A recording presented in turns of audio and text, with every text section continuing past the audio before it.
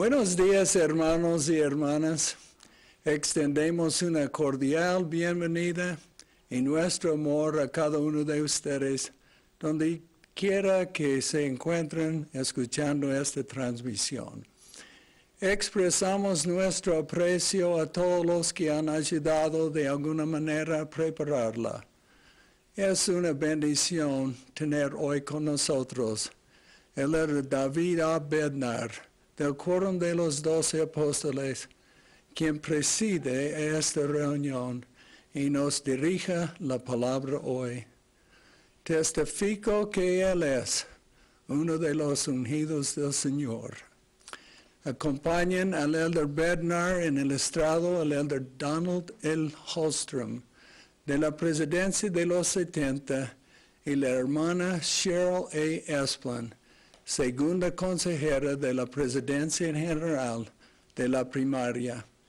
Mi nombre es elder Mervyn B. Arnold, y el elder Bednar me ha pedido que dirija esta reunión.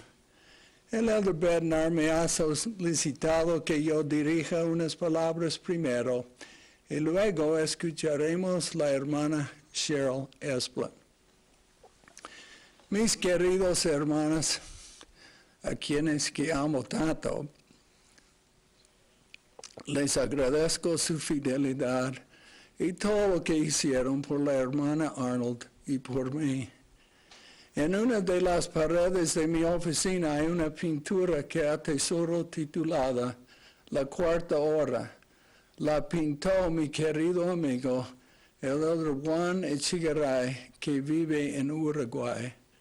Cada día esa pintura me recuerda lo mucho que el Señor ama a todos los hijos de Dios y que Él desea rescatarnos a todos nosotros, tal como rescató a sus discípulos del mar, que fueron sacudidos por el viento, para que podamos volver a la presencia de Dios. En un reciente seminario para presidentes de misión, elder Russell M. Nelson, del Quórum de los 12 Apóstoles, nos dio un discurso titulado Empiecen con el objetivo en mente. El elder Nelson enseñó la obra misional debe comenzar y terminar centrado en nuestra mente en las bendiciones del Santo Templo. La obra misional consiste en reunir a las personas y sacarlas del mundo, ennoblecerlas y habilitarlas para que finalmente mueran con Dios para siempre. Ese es el deseo divino de Él. A fin de comprender por qué nuestro Padre Celestial considera que es muy importante que rescatemos a todos sus hijos, debemos empezar con el objetivo en mente. En el principio, antes de venir a esta tierra, nacimos de padres celestiales y vivimos con nuestro Padre Celestial durante miles de eras, donde nos criamos hasta la madurez en las mansiones de nuestro Padre Celestial. Al empezar a comprender la doctrina de quiénes somos, empezamos a darnos cuenta de que todas las personas que vemos en el autobús, en la calle, incluso nuestros propios familiares y todos aquellos que han fallecido son literalmente nuestros hermanos y hermanas en espíritu. A todos nosotros nos enseñó en la vida preterrenal que únicamente podemos cumplir nuestro destino divino para regresar a la presencia de nuestro Padre Celestial si recibimos las ordenanzas del bautismo, del Espíritu Santo, del templo, y somos fieles a los convenios que hacemos cuando recibimos esas ordenanzas, y si perseveramos hasta el fin. Sin esas ordenanzas salvadoras y la constante purificación mediante la expiación de Jesucristo, por medio del arrepentimiento, ningún hombre puede volver a la presencia de Dios. Una vez que comprendemos estas verdades, llegamos a entender el propósito del Padre Celestial, que cada uno de nosotros regrese a vivir con Él en sus mansiones en el reino celestial. El presidente Thomas S. Monson ha declarado: ahora es el momento en que los miembros y los misioneros se unen, que trabajan juntos y que trabajen en la viña del Señor para traer almas a Él. Él ha preparado los medios para que nosotros compartamos el Evangelio en una variedad de formas, y Él nos ayudará en nuestros esfuerzos si actuamos con fe para cumplir con su obra. Entonces, ¿qué podemos hacer para hacer nuestra parte para apresurar la obra? El Salvador, cuando visitó las Américas después de su resurrección, comenzó sus enseñanzas haciendo hincapié en lo que tenemos que hacer. Él recalcó, en otra vez os digo que debéis arrepentiros y ser bautizados en mi nombre. De cierto os digo que esta es mi doctrina. Por tanto, id a este pueblo, declarad las palabras que he hablado hasta los extremos de la tierra. Al leer declarar su palabra a aquellos que no han oído el Evangelio, al rescatar a los menos activos, al hermanar a los nuevos conversos y efectuar ordenanzas por los muertos, estamos cumpliendo con la amonestación del Salvador de declarar su palabra a los extremos de la tierra. Cuando era un joven misionero, aprendí una gran lección: que no podemos juzgar ni podemos perder la esperanza en nuestros hermanos y hermanas en espíritu a venir a Cristo, ya sean no miembros o miembros menos activos. Un día en que mi compañero y yo visitábamos a un miembro menos activo, una mujer mayor pasó frente a la puerta que estaba abierta. Tanto mi compañero como yo tuvimos la impresión de que debíamos hablarle sobre el Evangelio. Al principio no hicimos caso a la impresión. Sin embargo, la impresión volvió aún más fuerte y rápidamente nos disculpamos y corrimos hasta que pudimos alcanzar a la mujer en el momento que entraba en su casa. Cuando le pregunté a ella por qué habíamos sentido la impresión de hablarle acerca del Evangelio, nos dijo que su madre era miembro de la iglesia desde hacía mucho tiempo y que la había acompañado a las reuniones en muchas ocasiones, pero nos dijo claramente que su esposo tocaba en una banda todas las noches en un bar y que él nunca permitiría que los misioneros enseñaran ni bautizaran al resto de la familia. Sabíamos que el Señor nos había inspirado para hablarle a esa mujer y sabíamos, al igual que Nefi, que Él nos permitiría de algún modo llevar a cabo su voluntad.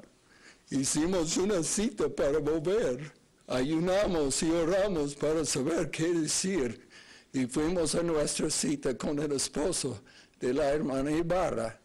El hermano Ibarra salió hasta la puerta y nos dijo que nos fuéramos y que nunca volveremos, ni extendí la mano para saludar y orando para saber y qué decir y qué hacer.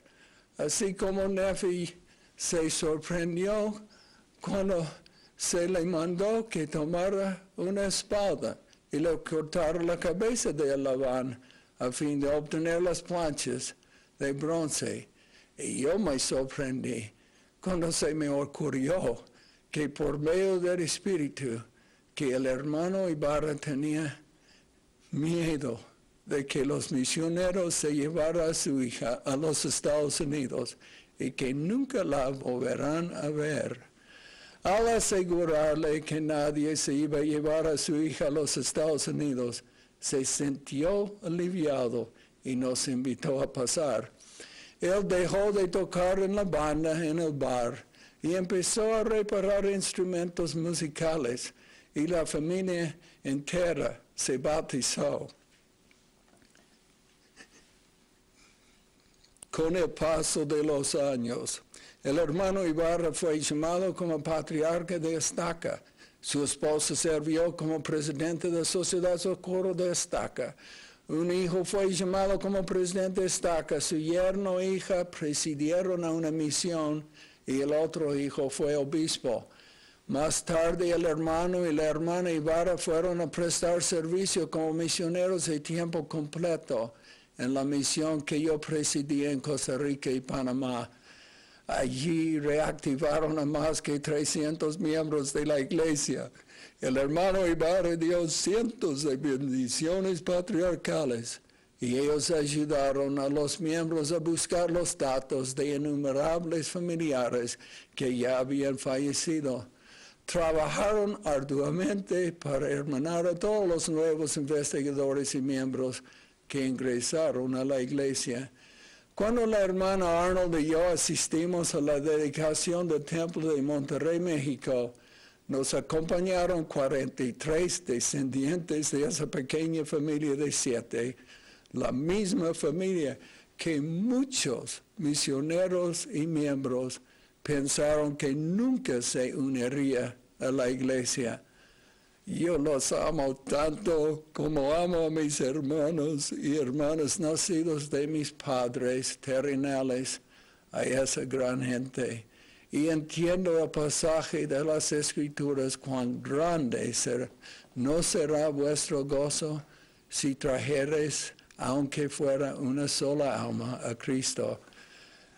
Quiero invitar a todos los aquí presentes a que apresuren la obra del Salvador haciendo una o más de esas 4 cosas sencillas.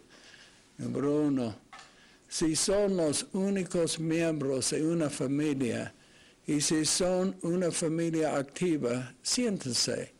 Y cada uno escribe el nombre de todas las personas que conozcan que no sean miembros y los que son miembros menos activos. Después oran y deciden qué persona o familia de cada lista tiene mayores probabilidades de recibir una guía amorosa de ustedes y empiecen hoy a hermanar a esas personas. Segundo, si son maestros orientadores, maestros visitantes, presidentes o maestros de cualquier quórum del sacerdocio o de una organización auxiliar, empiecen hoy a conocer por nombre a cada uno de sus ovejas y vayan en busca de los que se han perdido hasta que los encuentren y vuelvan al redil. Número 3. En la reunión de consejo de barrio utilicen el formulario Progreso de miembros nuevos y de miembros que hayan vuelto a activar para hacer una lista de 15 o más ovejas perdidas y asignan a un miembro del consejo del barrio que supervise el plan de reactivación de cada persona que aparezca en la lista. Den seguimiento a esa acción cada vez que se reúnen sobre lo que esté sucediendo. Todos los miembros del consejo y los miembros del barrio y los miembros misioneros de tiempo completo deben ayudar a la persona asignada en esa tarea. El líder misional del barrio es el eslabón que conecta a los miembros del consejo del barrio con los misioneros de tiempo completo. El líder misional del barrio debe participar activamente en ayudar a los misioneros de tiempo completo a tener sus agendas diarias llenas con citas significativas, preferiblemente con la presencia de un miembro del barrio. Número 4. Yo invito a cada miembro a buscar por lo menos uno de sus antepasados y haga la obra vicaria por ellos en el templo. A medir en las palabras, empezar con el objetivo en mente. Recuerden que su labor de rescate tendrá un efecto eterno en la vida de esas personas. y que en su posteridad, por generaciones futuras, ustedes recibirán las bendiciones que prometió el apóstol Pedro cuando dijo, apacentad la grey de Dios que esté entre vosotros, y cuando aparezca el príncipe de los pastores, vosotros recibiréis la corona incorruptible de gloria. Yo testifico solemnemente, si actuamos con fe, el Señor cumplirá su promesa. Estaré a vuestra diestra y a vuestra siniestra, y mi espíritu estará en vuestro corazón, y mis ángeles alrededor de vosotros para sostenerlos. En el nombre de Jesucristo. Amén.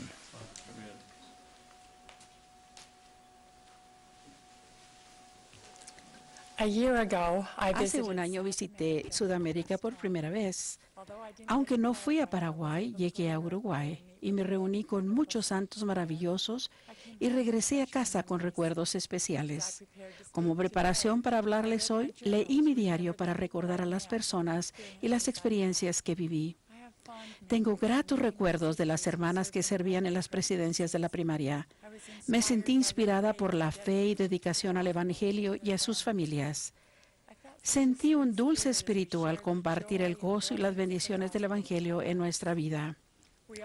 Todos coincidimos con una hermana que habló de la ayuda que el Evangelio le da para aumentar su capacidad de amar. Nos dijo que conforme crece el amor en su interior, entiende mejor el amor que nuestro Padre Celestial siente por sus hijos. Visité a familias que hablaron de lo difícil que resulta encontrar suficiente tiempo para estar juntos y llevar a cabo el estudio de las Escrituras y la oración familiar.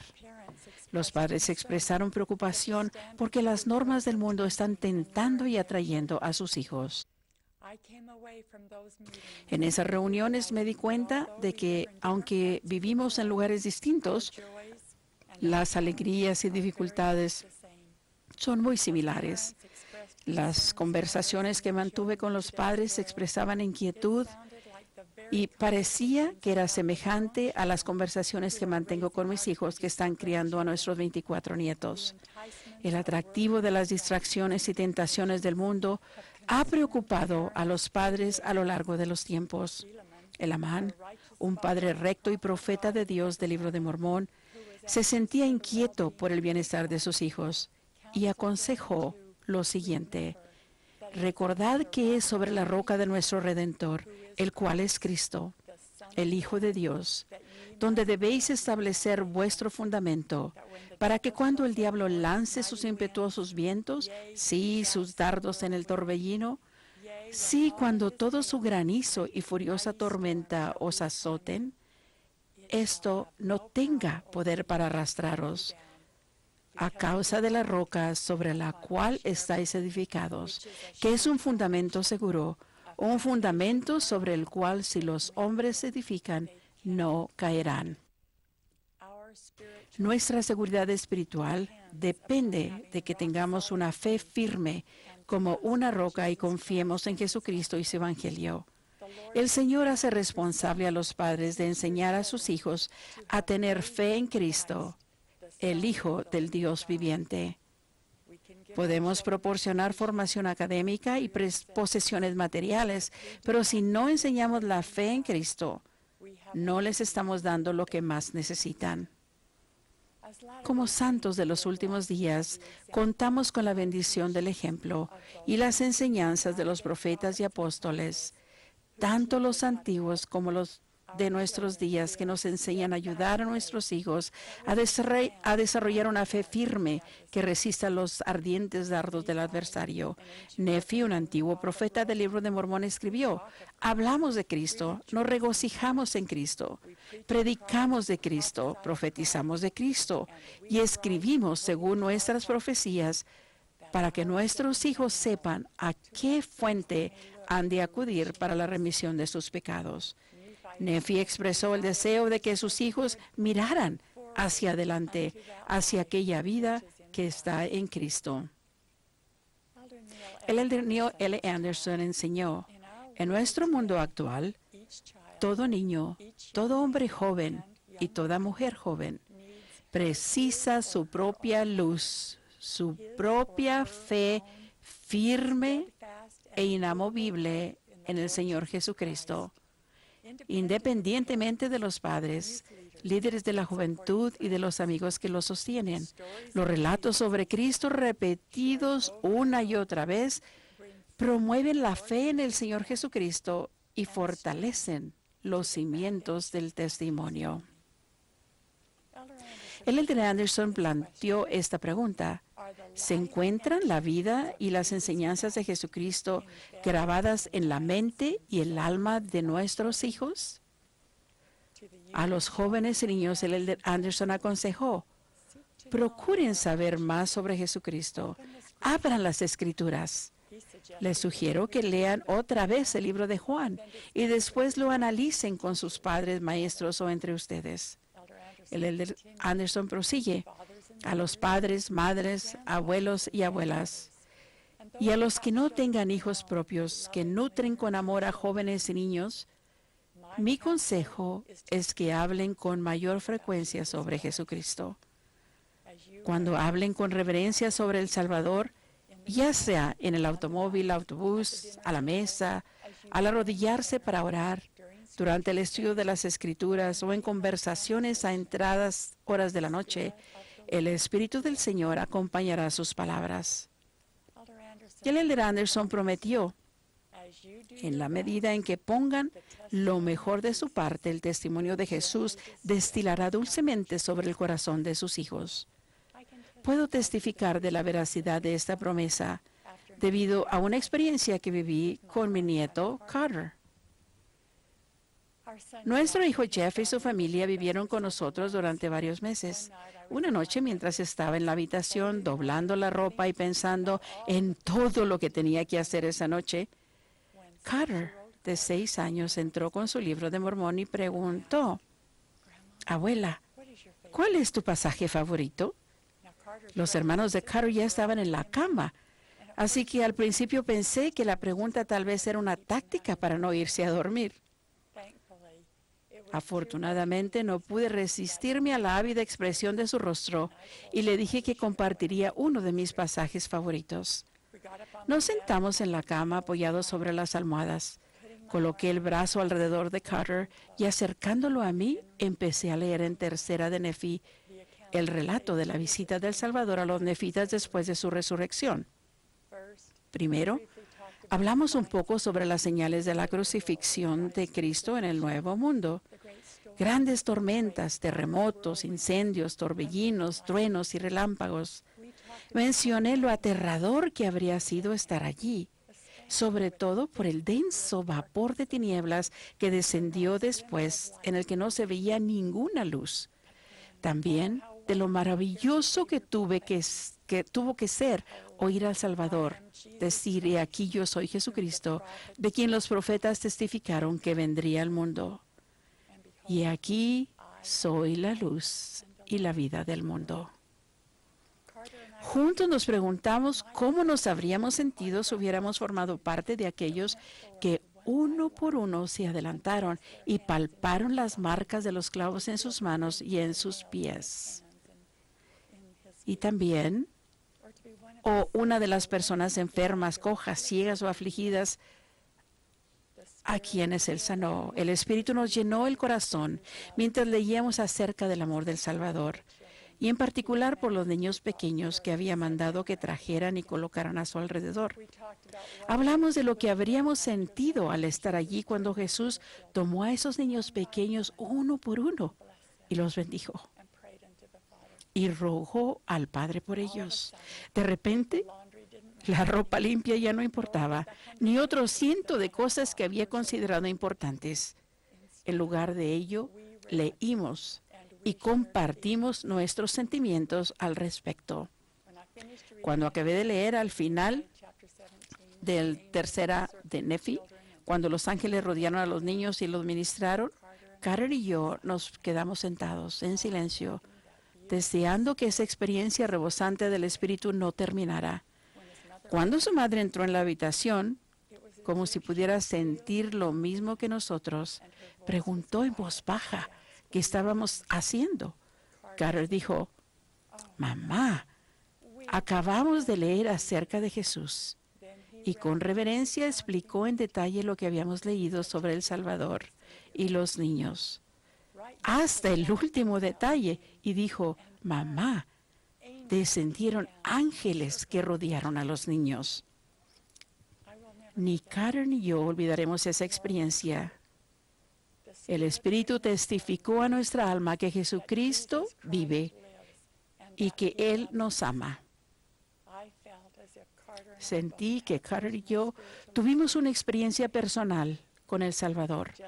Como prometió el elder Anderson, el testimonio de Jesús destiló sobre el corazón de Carter esa noche y también sobre el mío. La fe empieza al oír la palabra de Dios. La fe aumenta al escuchar y obedecer la palabra de Dios. El Salvador enseñó. Por tanto, cualquiera que oye estas palabras mías y las hace, lo compararé a un hombre prudente que edificó su casa sobre una roca. Y descendió la lluvia y vinieron los torrentes y soplaron los vientos y dieron con ímpetu contra la casa y no cayó, porque estaba fundada sobre una roca.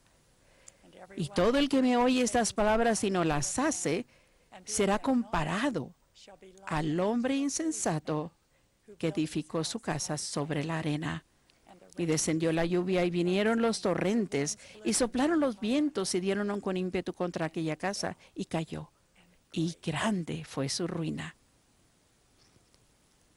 Conforme hablemos con más frecuencia sobre Jesucristo e incorporemos su vida y sus enseñanzas en nuestra mente y alma, a medida que avancemos obedeciendo los mandamientos, estaremos edificando nuestra vida y nuestra familia sobre un firme cimiento. Y cuando lleguen la lluvia, torrentes y las tormentas del adversario, permaneceremos firmes y no caeremos. Amo a nuestro Salvador Jesucristo. Conozco el gozo y la paz que siento cuando obedezco sus mandamientos e intento hacer lo que Él desea que haga. Sé que por medio de su gran sacrificio expiatorio, Él ha traído luz, vida y esperanza al mundo. Su camino es el sendero que lleva a la felicidad en esta vida y a la vida eterna en el mundo venidero. En el nombre de Jesucristo. Amén.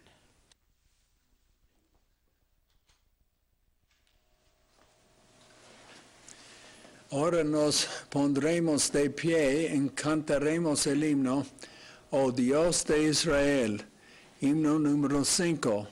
La directora de la música será la hermana María Luisa Torres y el organista, el hermano Herbert Cloffer. Después del himno, escucharemos al elder Donald L. Hallstrom, miembro de la presidencia de los 70.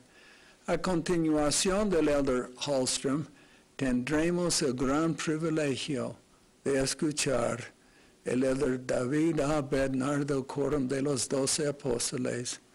Al concluir el discurso del elder Bednar, cada congregación por separado terminará con un himno y una oración.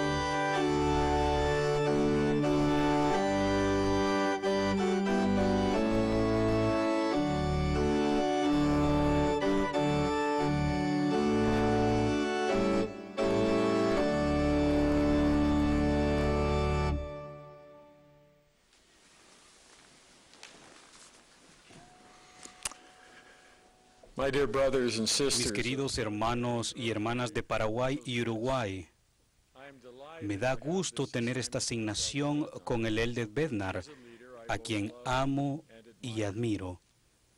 Estoy agradecido de estar con el Elder Arnold, quien es un miembro de los 70 y expresidente del área Sudamérica Sur. La hermana Espling es una líder extraordinaria y con las otras hermanas proporcionan una función esencial y valiosa en el liderazgo de la iglesia. Recuerdo mi visita a Uruguay en octubre de 2012 cuando acompañé a los élderes Dalen H. Oaks y Francisco J. Viñas de la presidencia del área Sudamérica Sur y llevamos a cabo una reunión de líderes del sacerdocio con todas las presidencias de estaca, de misión, obispos y presidentes de rama de todo Uruguay. Nos complació ver la calidad de esos líderes. Al día siguiente, mi esposa y yo fuimos asignados a la estaca de la costa Uruguay para una conferencia especial, donde tuvimos otra experiencia con miembros tan fieles. Recuerdo lo impresionado que me sentí con el fortalecimiento de las diversas generaciones de la iglesia en Uruguay. En esa visita, también nos reunimos con todos los misioneros de las misiones Uruguay-Montevideo y Uruguay-Montevideo Oeste. Ellos y los casi 89,000 misioneros de tiempo completo de todo el mundo nos acompañan para ayudarnos en nuestras responsabilidades misionales. A veces pensamos que nosotros los ayudamos a ellos, pero en realidad es nuestra responsabilidad y esos extraordinarios misioneros jóvenes y no tan jóvenes son llamados para ayudarnos a nosotros. Estamos en el mismo equipo. Me apena que Dayan y yo no hayamos tenido la bendición de visitar Paraguay. Esperamos tener esa oportunidad en el futuro. Estamos seguros de que hallaremos miembros consagrados y líderes maravillosos que se esfuerzan por vivir el Evangelio y edificar la iglesia. Al visitar Uruguay, los élderes Oaks, Viñas y mi persona nos reunimos con el presidente de la nación, José Mujica, y otros líderes gubernamentales y judiciales. Era obvio que sabían mucho acerca de la iglesia y del bien que se estaba llevando a cabo. También demostraron gran respeto hacia los miembros de la iglesia que conocían. La iglesia claramente ha salido de la obscuridad y de las tinieblas en Uruguay. Cuando estuvimos en Uruguay, el Elder Bednar tuvo experiencias similares en Paraguay. Por todo este magnífico trabajo, a todos ustedes, miembros fieles de ambos países, les decimos, queridos amigos, a pesar de que los miembros de toda la iglesia vienen de diferentes culturas, sentimos de inmediato un lazo perdurable debido a nuestro conocimiento de que somos hermanos, hijos del Dios viviente. Es importante conocer nuestra relación con Dios el Padre y su Hijo, nuestro Salvador Jesucristo. Es esencial que esas relaciones eternas nos guíen en toda relación terrenal que tengamos y toda acción que tomemos. Cuando era pequeño, nuestra familia vivía en Hawái, en donde nací. En aquel tiempo, Hawái era un territorio de los Estados Unidos, aún no era estado. Nuestra familia vivía en una pequeña casa a un lado del tabernáculo del estaca Honolulu, Hawái, un espléndido edificio que se terminó en agosto de 1941. En septiembre de 1954 se llevó a cabo en ese lugar una reunión importante. Yo tenía 5 años y mi hermano 9. Mamá acababa de dar a luz a la tercera hija, de modo que ella y la niña no pudieron asistir. Papá se había ido temprano a la reunión debido a responsabilidades administrativas y tenía que sentarse en el estrado. Mi hermano y yo caminamos hasta el tabernáculo y nos sentamos en la 10ª fila de la espaciosa capilla. Quien presidió y habló en dicha reunión fue David O. McKay, entonces el presidente de la iglesia. No recuerdo nada específico que haya dicho, pero sí recuerdo claramente lo que vi y sentí. El presidente McKay llevaba puesto un traje claro y con el pelo blanco ondulado lucía majestuosamente. Al estilo de las islas, llevaba un collar triple hawaiano hecho con claveles rojos. Mientras él hablaba, sentí algo sumamente fuerte y personal. Más tarde comprendí que estaba sintiendo la influencia del Espíritu Santo. Cantamos el último himno, un himno que entiendo que también figura en el himnario en español. ¿Quién sigue al Señor? Toma tu decisión. Clamamos sin temor. ¿Quién sigue al Señor? Había 2,000 personas que cantaban esas palabras que parecían estar dirigidas a mí, y deseaba ponerme de pie y decir, yo. Mis queridos amigos, hago una pregunta similar a cada uno de nosotros. ¿Estamos siguiendo al Señor? Vivimos en un mundo que nos puede confundir y hacernos olvidar quiénes somos realmente. Hay voces que dicen que el placer, la fama, la posición o el poder son lo más importante. Y para algunos, el ir en pos de una o más de esas aspiraciones puede convertirse en lo más importante. Es en lo que más pensamos, en lo que pasamos la mayor parte del tiempo, es lo que más deseamos. El principio de dar prioridad se enseña claramente en la experiencia que tuvo Jesús con el fariseo que era intérprete de la ley.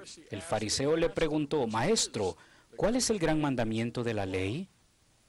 Y Jesús le dijo, amarás al Señor tu Dios con todo tu corazón y con toda tu alma y con toda tu mente. Este es el primero y grande mandamiento. Hace unos años, Diane y yo estábamos en la orilla del mar de Galileo, no lejos de Tiberias. En mi mente veía a Pedro y a otros 6 discípulos pescando. En las Escrituras dice que no pescaron nada toda la noche. A la mañana siguiente, el Jesús resucitado se encontraba en la playa, pero los discípulos no le reconocieron. Les preguntó si habían pescado algo y ellos dijeron no. Jesús dijo, echad la red a la derecha de la barca y ya hallaréis. Lo hicieron y fueron tantos peces que no podían sacarlos. Y Pedro se dio cuenta de quién era y se lanzó al agua y nadó hasta él. Los otros discípulos fueron en la pequeña barca arrastrando la red llena de peces. Empezaron a cocinar los pescados y a comerlos con pan. Entonces Jesús le preguntó a Pedro lo que considero es una de las preguntas más importantes de todas las Escrituras.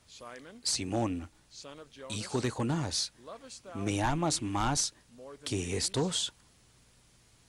Quizá él se refería al pescado y al pan o a alguna otra cosa terrenal, pero lo que el Salvador en realidad decía era, Pedro, ¿me amas más que lo que amas las cosas del mundo? Si seguimos al Señor, si lo amamos más que al mundo, se reflejará en nuestro diario vivir. Viviremos vidas llenas de reverencia. A veces hablamos de la reverencia como si consistiera en mantener a los niños callados en la iglesia. Eso no es reverencia. Es una forma de demostrar nuestra reverencia. Reverenciar es venerar, es tener un amor profundo por Dios. Vivir con reverencia no significa vivir sin humor, diversión ni risa. Todos son aspectos maravillosos cuando se disfrutan en el momento apropiado y en el entorno debido. Significa que todo lo que hacemos refleja el amor que tenemos por Dios. La forma de pensar, hablar y actuar es una muestra de ese amor, esa referencia. El presidente Boyd K. Packer dijo, quiero ser bueno, no me avergüenzo de decirlo, quiero ser bueno. En la vida he descubierto que ha sido sumamente importante aclarar esto entre el Señor y yo, a fin de que yo supiera que Él sabía cómo había dispuesto mi albedrío.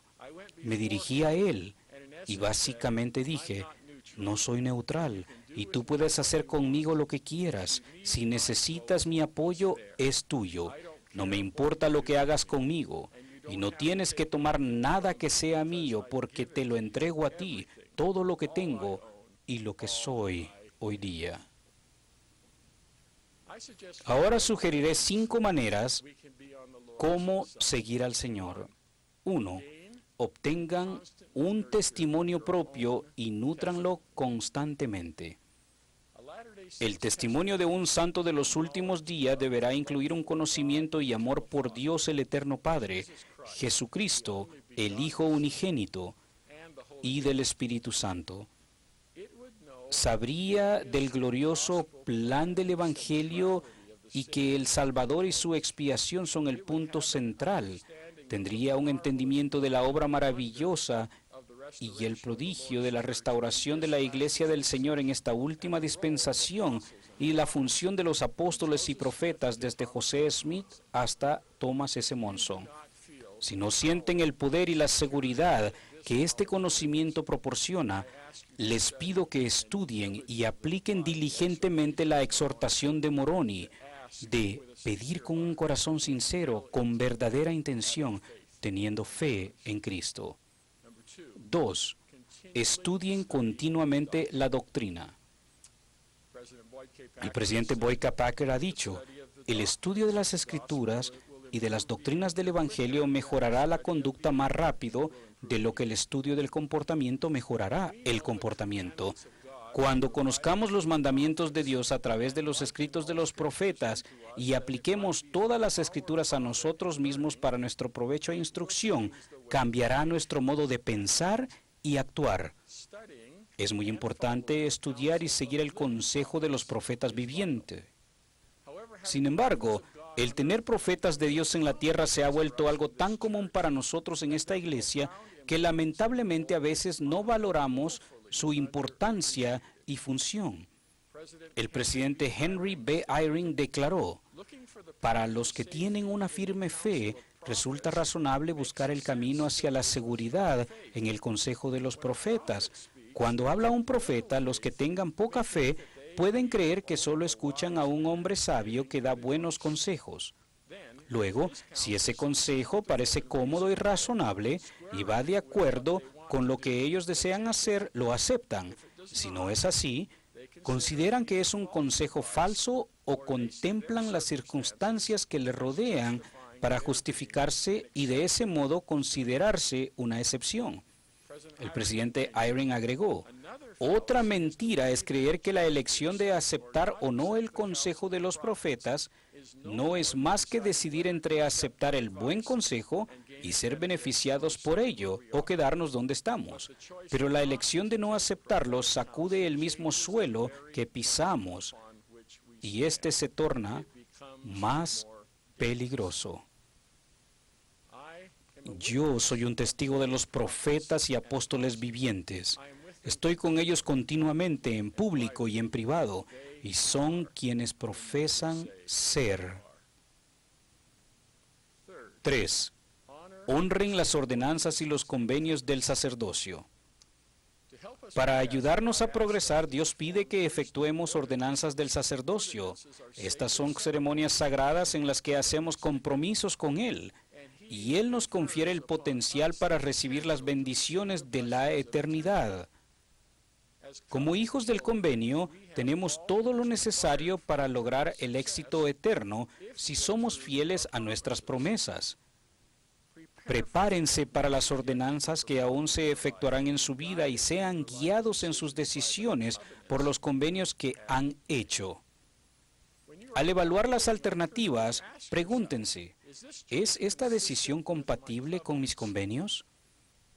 El elder Christofferson dijo, la importancia de tener una percepción de lo sagrado es sencillamente esto. Si uno no valora las cosas sagradas, las perderá. El hombre, al carecer de un sentimiento de reverencia, se volverá cada vez más casual en su actitud y su conducta. Se alejará del ancla que le darían sus convenios con Dios. Su sentimiento de responsabilidad hacia Dios disminuirá y luego se olvidará. Después, solo se preocupará de su propia comodidad y de satisfacer apetitos desenfrenados. Por último, llegará a aborrecer las cosas sagradas, incluso a Dios, y luego a sí mismo. 4. Despójense de la duplicidad. Duplicidad es actuar de una manera en público y de otra en privado. El propósito de nuestro engaño es ocultar nuestros pecados. Pero al igual que Jonás aprendió cuando huyó a Jope, no podemos escondernos de Dios. Incluso ante los demás, nuestro engaño se descubrirá con el tiempo y el daño a nuestros seres más queridos será irreversible. Una manera de probar si tenemos la mira puesta únicamente en la gloria de Dios o una mira secundaria en la maldad del mundo es evaluar la forma en que actuamos cuando estamos solos. ¿Qué sitios visitamos en el Internet? ¿Qué películas y programas de televisión vemos? ¿Qué clase de libros y revistas leemos? ¿Nos sentiríamos cómodos en las mismas actividades si estuviesen presentes nuestros cónyuges, hijos o líderes de la iglesia? Santiago enseñó, el hombre de doble ánimo es inconstante en todos sus caminos. Nuestra falsedad afectará todo aspecto de nuestra vida, perjudicando nuestra habilidad para progresar en relaciones terrenales y eternas. 5. Establezcan una vida de servicio. El Señor declaró, si me amas, me servirás. El servir a los demás es semejante al acto máximo de servicio que nos brindó el Redentor del mundo. Es el modo por el cual podemos pagar en parte la oportunidad de lograr la salvación que proviene únicamente de Jesucristo. El aceptar llamamientos de buena gana en la iglesia, el servir sin tener envidia a la responsabilidad y reconocer ese sacrificio es mucho más una bendición que una carga. Cultiven la compasión hacia los necesitados, tanto dentro como fuera de la iglesia, y hagan el bien continuamente. El ejemplo del presidente Monzo en el extenso servicio que presta a la gente, en realidad vale la pena el poder emularlo. Él ha dicho, al elevar nuestra mirada al cielo, inevitablemente aprendemos sobre nuestra responsabilidad de tender una mano a los demás. A fin de hallar verdadera felicidad, debemos buscarla enfocándonos fuera de nosotros mismos. Ninguna persona ha aprendido el significado de vivir hasta que haya renunciado a su ego para estar al servicio de su prójimo. El servicio a otras personas es similar al deber, el cumplimiento del cual nos trae gozo verdadero. Mis queridos hermanos y hermanas, me los imagino reunidos en centros de reuniones en todo Paraguay y Uruguay. Por los lazos que me unen a ustedes, les doy mi testimonio personal de nuestro Padre Celestial y de su Evangelio, y de Jesús, que Jesús es el Cristo, y de su expiación, y los invito a unirse conmigo en mi deseo de siempre seguir al Señor. En el nombre de Jesucristo. Amén.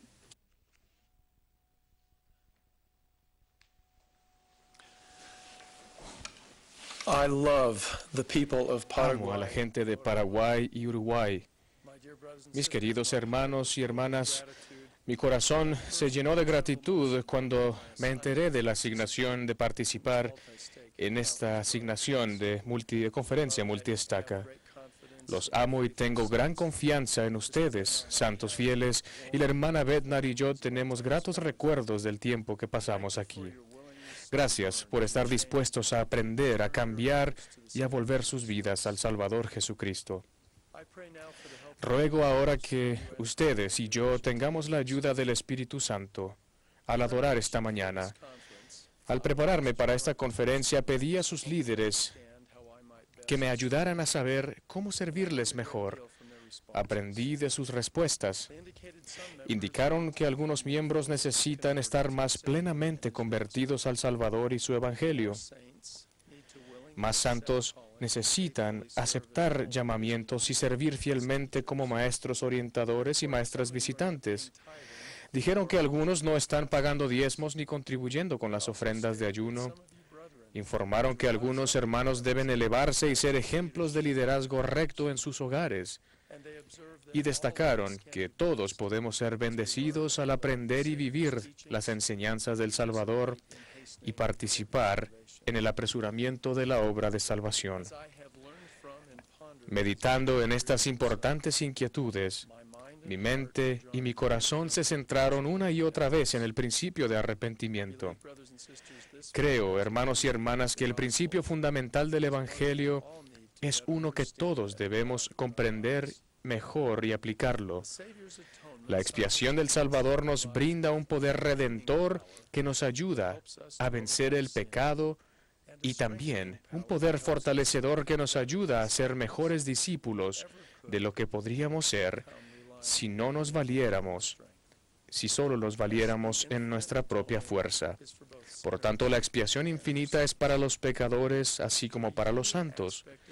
El aspecto redentor de la expiación y el principio relacionado del arrepentimiento son los temas principales de mi mensaje. Ruego que el Espíritu esté conmigo y con ustedes al aprender juntos de estas verdades eternas. Quiero empezar haciendo esta pregunta. ¿Qué es el arrepentimiento? El elder Neil A. Maxwell describió el arrepentimiento diciendo, es alejarse de la maldad y volverse a Dios. En la guía del estudio de las Escrituras se indica que la persona entregue su corazón y su voluntad a Dios, abandonando el pecado. Por favor, fíjense en la sencillez y el poder de las palabras volverse y entregue. El arrepentimiento es entregarse a Dios. Al aprender y centrar nuestra fe en el Redentor, de manera natural nos entregamos y vamos a Él. En Elamán, en el libro de Mormón, Nefi, el hijo de Elamán, amonesta sobre la destrucción inminente y exhorta al pueblo al arrepentimiento. Sí, ¿cómo pudisteis haber cedido a las seducciones de aquel que está tratando de lanzar vuestras almas a una miseria sin fin y angustia interminable? Oh, arrepentíos, arrepentíos. ¿Por qué deseáis morir? Volveos, volveos al Señor vuestro Dios. En estos y otros pasajes de las Escrituras encontramos el tema constante del arrepentimiento como el proceso de volverse a Dios.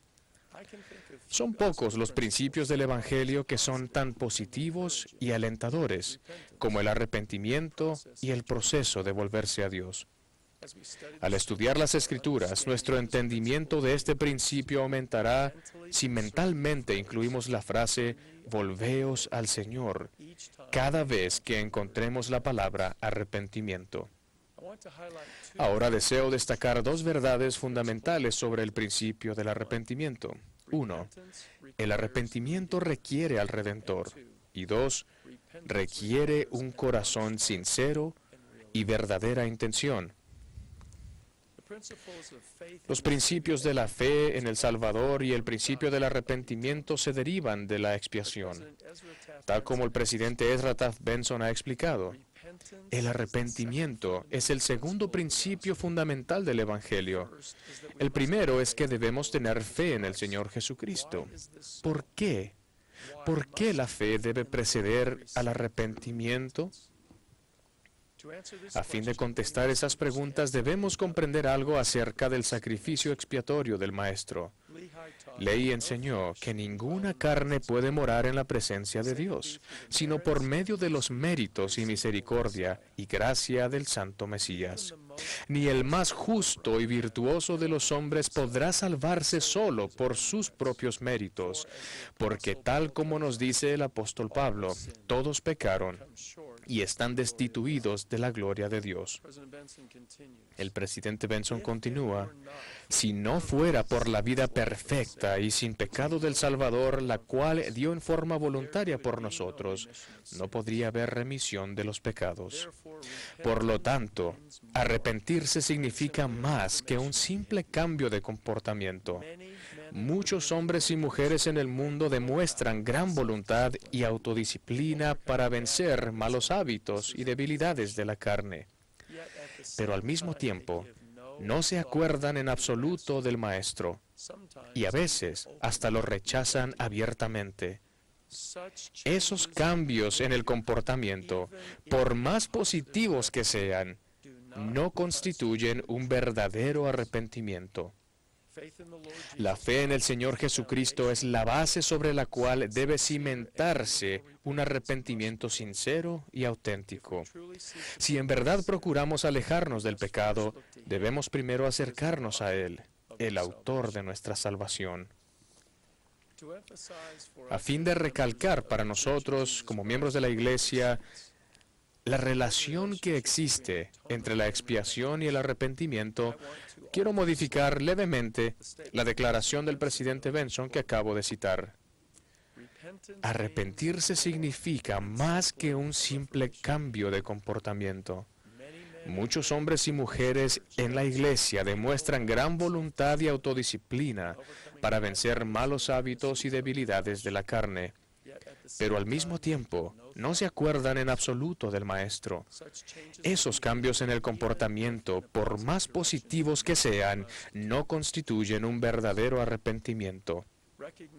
Reconocer y abandonar el pecado, sentir remordimiento y hacer restitución por ese pecado y confesarlos a Dios cuando sea necesario a nuestros líderes del sacerdocio, son todos elementos necesarios e importantes del arrepentimiento. Pero esos pasos esenciales no constituyen una simple lista de comprobación que podemos llenar de forma mecánica, rápida y casual. Si hacemos esas cosas y no reconocemos al Redentor ni dependemos de Él y de su sacrificio expiatorio, aún nuestros mejores esfuerzos serán en vano. El remordimiento que resulta de la vergüenza personal o la presión social es superficial. La confesión sin remordimiento es trivial. La restitución sin una renovación personal y un verdadero cambio en el corazón es falsa. Alejarse de lo malo sin volverse a Cristo no trae la salud espiritual. Admito que a veces me he preguntado si como miembros de la Iglesia memorizamos los pasos del arrepentimiento como el reconocimiento, el remordimiento y restitución, pero omitimos lo más importante de todo, el Redentor. Una noche, cuando servía como presidente de estaca, me llamó un miembro de la Iglesia enojado que acababa de hablar con su obispo. Este hermano asistía a la iglesia solo de vez en cuando y no había pagado diezmos en muchos años. Esa tarde, ese hombre había ido a la oficina del obispo, había pagado su diezmo con una actitud cortante y había indicado que deseaba obtener una recomendación para el templo. Uno de sus hijos se iba a casar en el templo y él quería asistir a la ceremonia. Cuando el obispo y el hombre conversaron, era obvio que el hombre creía que al pagar simplemente el dinero era todo lo que se necesitaba para obtener una recomendación. El sabio obispo había felicitado al hermano por empezar a pagar su diezmo. También le dijo que hablarían sobre la dignidad para obtener una recomendación cuando comprendiera y se arrepintiera del pecado de la desobediencia. El hombre no estuvo de acuerdo con el consejo del obispo. De hecho, le había dicho, ya pagué el dinero, ¿qué más quiere? El obispo respondió, mi querido hermano, el solo pagar el dinero no es arrepentimiento. Usted debe reconocer su pecado y arrepentirse y tener un cambio en el corazón. El Señor desea y requiere que lo haga de corazón. Tras la conversación con el obispo, el hombre me llamó para quejarse del trato que había recibido del obispo. Y se quedó menos complacido con mi respuesta. Le dije, su obispo le ha dado el consejo correcto. Le aconsejo que siga su consejo y se arrepienta de verdad. A menudo se hace referencia al Salvador como el gran médico, y este título encierra gran significado. Hermanos y hermanas, todos hemos experimentado el dolor que acompaña una herida o daño físico.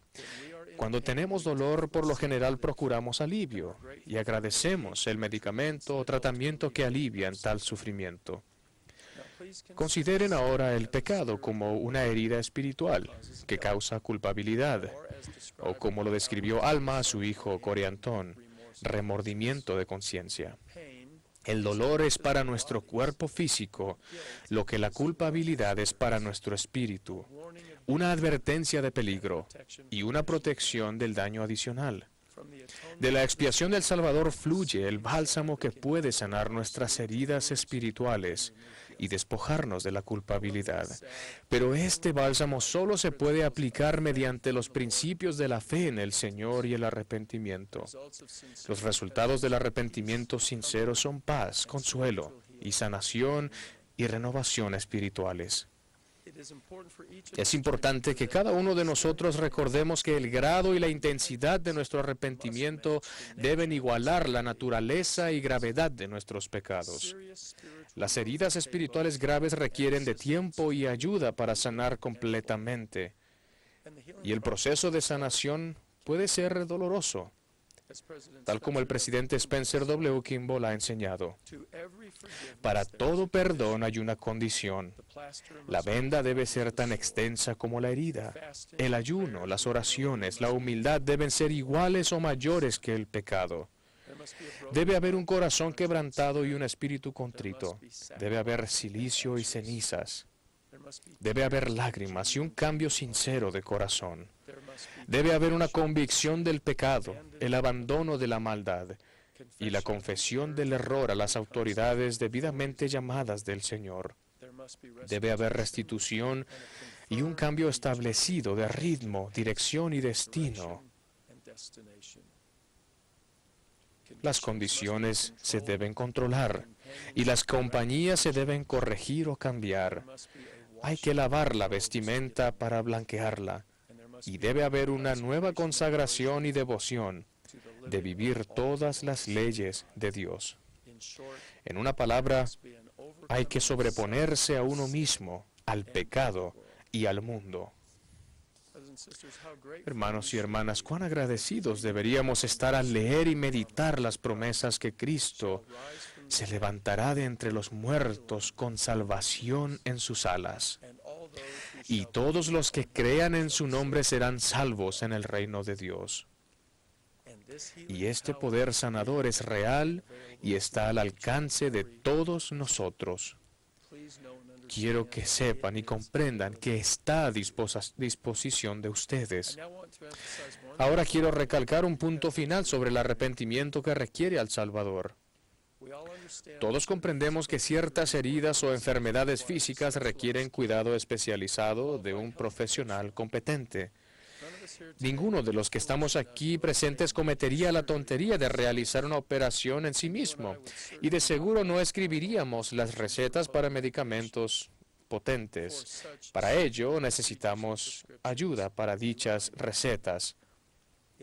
De igual manera, las heridas espirituales graves solo sanan con la ayuda de los siervos debidamente autorizados del Señor. Un obispo es un representante comisionado del Redentor y un médico espiritual que puede ayudar en el proceso de arrepentimiento y sanación. En virtud de su llamamiento y ordenación y las llaves del sacerdocio que recibió en el momento que fue apartado, un obispo, como juez común, puede diagnosticar una enfermedad espiritual y prescribir el tratamiento y el medicamento necesarios. Algunos miembros de la Iglesia creen equivocadamente que pueden sanar solos de sus profundas heridas espirituales o que pueden mantener sus pecados graves entre ellos mismos y Dios. Algunos postergan su arrepentimiento porque no se sienten cómodos ni les gusta el obispo que preside su barrio. Ahora, es cierto que quizás sea más fácil hablar con algunos obispos que con otros. Unos parecen ser más amigables y divertidos, pero hermanos y hermanas, la personalidad, popularidad o estilo de liderazgo de un obispo no importa. Lo que sí importa son las llaves del sacerdocio y la autorización que un obispo tiene para recibir inspiración para ayudar a los que residen en su barrio y necesitan ayuda. No buscamos ni seleccionamos a un obispo que esté de acuerdo con nosotros o que nos agrade, como lo haríamos con un producto de consumo común. Más bien sostenemos y aceptamos la autoridad del obispo que preside el barrio en el que vivimos y donde se encuentran nuestros registros. Solo Él está autorizado para representar al Redentor en asuntos de sanación espiritual. El arrepentimiento es posible a causa de la expiación de Cristo. El solo cambiar nuestro comportamiento sin confiar en Cristo no es arrepentimiento.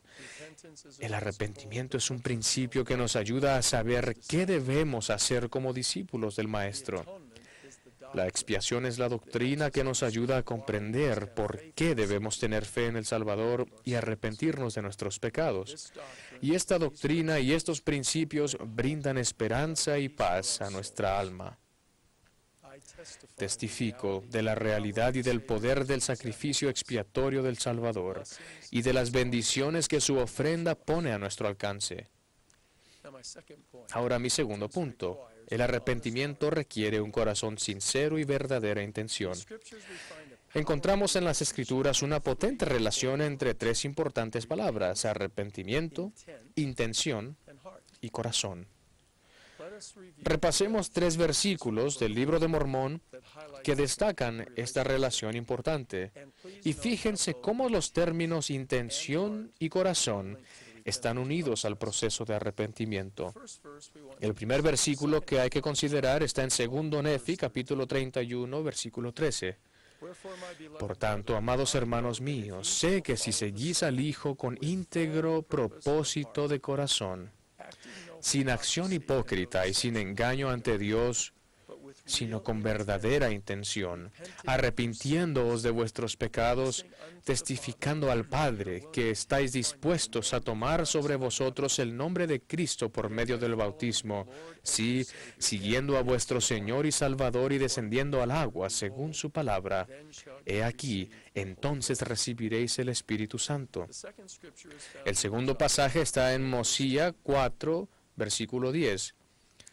Y además creed que debéis arrepentiros de vuestros pecados y abandonarlos, y humillaros ante Dios, y pedid con sinceridad de corazón que Él os perdone. Y ahora bien, si creéis todas estas cosas, mirad que las hagáis.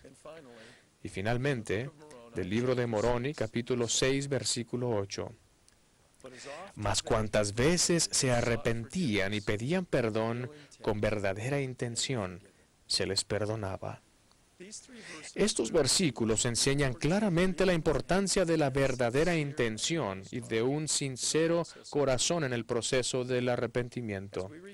Al arrepentirnos y volvernos al Señor, es importante que seamos sinceros con nosotros mismos. Debemos esforzarnos por dejar de hacer excusas, culpar y justificarnos, lo cual puede desviarnos de la meta de volvernos al Señor. El presidente Kimball enseñó: a nadie se le puede perdonar nunca de una transgresión hasta que se arrepienta.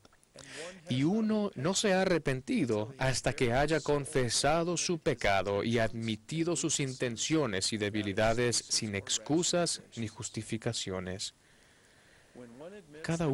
Cuando uno reconoce que su pecado es tan grande como en realidad lo es, entonces está encaminado a iniciar su arrepentimiento. Y cualquier otro elemento del arrepentimiento vale poco hasta que establezca la culpabilidad de manera total.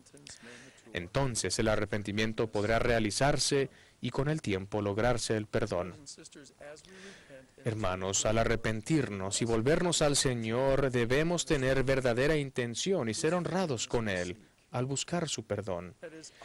O sea que nuestra confesión a Dios debe ser completa y sincera, al igual que cuando sea necesaria para nuestro obispo. Aunque nuestro Padre Celestial obviamente conoce nuestras acciones pecaminosas, es esencial que le hagamos saber totalmente nuestros sentimientos. Algunos que carecen de entendimiento sobre la naturaleza del arrepentimiento creen que pueden cometer pecado de manera deliberada y planeada, esperando que en el momento oportuno puedan confesar de manera rápida y conveniente, y luego seguir a lo largo del sendero estrecho, al templo, al campo misional y a otros lugares. Mis hermanos y hermanas, levanto la voz de amonestación y les suplico con toda la energía de mi alma que por favor no se dejen influenciar o seducir por ese falso razonamiento. La conducta desenfrenada, premeditada y planeada ocasiona una angustia del alma que no se pueden imaginar. ¿Cómo podemos, ustedes o yo, arrepentirnos y procurar el perdón con verdadera intención, cuando de hecho nuestra verdadera intención era pecar? ¿Cómo podemos volvernos al Señor con íntegro propósito de corazón cuando nuestro arrepentimiento es casual, superficial o programado para evitar el bochorno público? Esa estratagema y falta de honradez hace burla de la expiación de Cristo y constituye en parte lo que se menciona en las Escrituras como hollar con los pies al Santo. Es posible el perdón por ese pecado, pero no se obtiene fácilmente. Repito una vez más estas dos realidades fundamentales sobre el arrepentimiento. El arrepentimiento requiere al Redentor y el arrepentimiento requiere un corazón sincero y verdadera intención. Durante mi ministerio he trabajado con un grupo numeroso de personas que llegaron a estimar y a entender más plenamente la expiación de Jesucristo y el principio del arrepentimiento. Recuerdo a un joven que tenía que arrepentirse y superar algunas debilidades antes de que fuese digno de entrar al templo para hacer convenios sagrados y llegar a ser misionero de tiempo completo. En varias ocasiones deliberamos juntos durante muchos meses. Las fechas en que había de recibir su llamamiento misional y partir al CCM llegaron y se fueron. Ese joven tuvo que hacer frente a la gente que le preguntaba por qué aún no recibía su llamamiento y salía para la misión. En una de nuestras conversaciones me preguntó por qué tenía que esperar tanto tiempo. Dijo, ¿no sería mejor que superara mis flaquezas en el campo misional y en el servicio del Señor? Le respondí, servir como misionero es un privilegio y se trata de enseñar el Evangelio restaurado, dar testimonio e invitar a investigadores a recibir ordenanzas de salvación. Debes tener la compañía del Espíritu Santo para llevar a cabo esa obra. De seguro no se espera que sea perfecto antes de prestar servicio, pero debe superar su problema particular para que sea digno de su espíritu. Si de verdad se arrepiente con verdadera intención y con corazón sincero, entonces al hacer convenios sagrados en el templo, al ingresar en el CCM y al servir en el campo misional, no tendrá que preguntarse si es allí donde debe estar. Si no aprende ahora a arrepentirse debidamente, ¿cómo puede ayudar a sus futuros investigadores a arrepentirse? Su arrepentimiento y el perdón consiguiente brindan conciencia tranquila que le permitirá servir con fe, diligencia e inspiración. Usted merece la seguridad y la confianza espirituales que vienen del verdadero arrepentimiento, y no tendrá que preguntarse si es allí donde deba estar. Con el tiempo, este joven entró dignamente a la casa del Señor, entró al CCM y sirvió como un valiente misionero. Después de estar en la zona de trabajo que se le había asignado durante 6 meses, le pidió permiso al presidente de misión para llamarme. El presidente le permitió llamar y una noche, este elder y yo tuvimos una conversación maravillosa. Me contó con alegría sobre sus investigadores y sus experiencias en la misión. Expresó su agradecimiento por la expiación y por el principio del arrepentimiento y por las lecciones que había aprendido. Al terminar nuestra conversación dijo, Presidente, me alegro que tuve que esperar. Nunca he tenido que preguntarme si debía estar aquí. Gracias por su ayuda. Hermanos y hermanas, lo que este joven hizo, ustedes lo pueden hacer. Quiero recalcar ese punto en particular para aquellos que escuchan hoy que estén pensando que no pueden arrepentirse y que no se arrepentirán y se volverán al Señor. Lo que hizo este joven, ustedes lo pueden hacer. Hermanos y hermanas, la pureza personal encierra gran poder. Tengan presente que el prepararse para evitar y prevenir el pecado grave siempre es mejor que arrepentirse y reparar constantemente nuestra vida. Ciertamente podemos volver a ser limpios, pero al recuperarnos de las heridas espirituales, habremos perdido tiempo valioso que hubiésemos podido dedicar a ser buenos y a hacer el bien. Y aunque se recibe el perdón, las consecuencias de nuestros pecados no se borran con el arrepentimiento y pueden durar mucho tiempo, incluso toda la vida. Afortunadamente, un amoroso Salvador nos da la manera de sanar las heridas y enfermedades espirituales al volvernos a Él. Finalizo con una declaración y enseñanza poderosa del presidente Benson.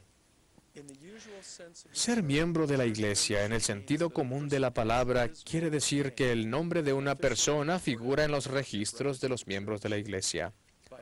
De acuerdo con esa definición, tenemos millones de miembros de la Iglesia. Pero la definición que el Señor nos da de un miembro de la Iglesia es diferente. En 1828, por medio del profeta José, dijo: «He aquí, esta es mi doctrina. Quienes se arrepienten y vienen a mí, tales son mi iglesia». Esto quiere decir que para aquel a quien pertenece esta iglesia, el ser un miembro de ella significa mucho más que estar en los registros. Hermanos y hermanas, mi ruego es que ustedes y yo no figuremos simplemente en los registros de la Iglesia de Jesucristo de los Santos de los Últimos Días. Que nos arrepintamos con sinceridad de corazón y en verdad nos volvamos al Señor y vayamos a Él. Como apóstol del Salvador Jesucristo, testifico que Jesús es el Hijo de Dios, es nuestro Redentor y Salvador. Su sacrificio expiatorio nos redime del pecado y nos fortalece para hacer el bien. Él es real. Él vive y nos ama a cada uno. Testifico en el sagrado nombre de Jesucristo. Amén.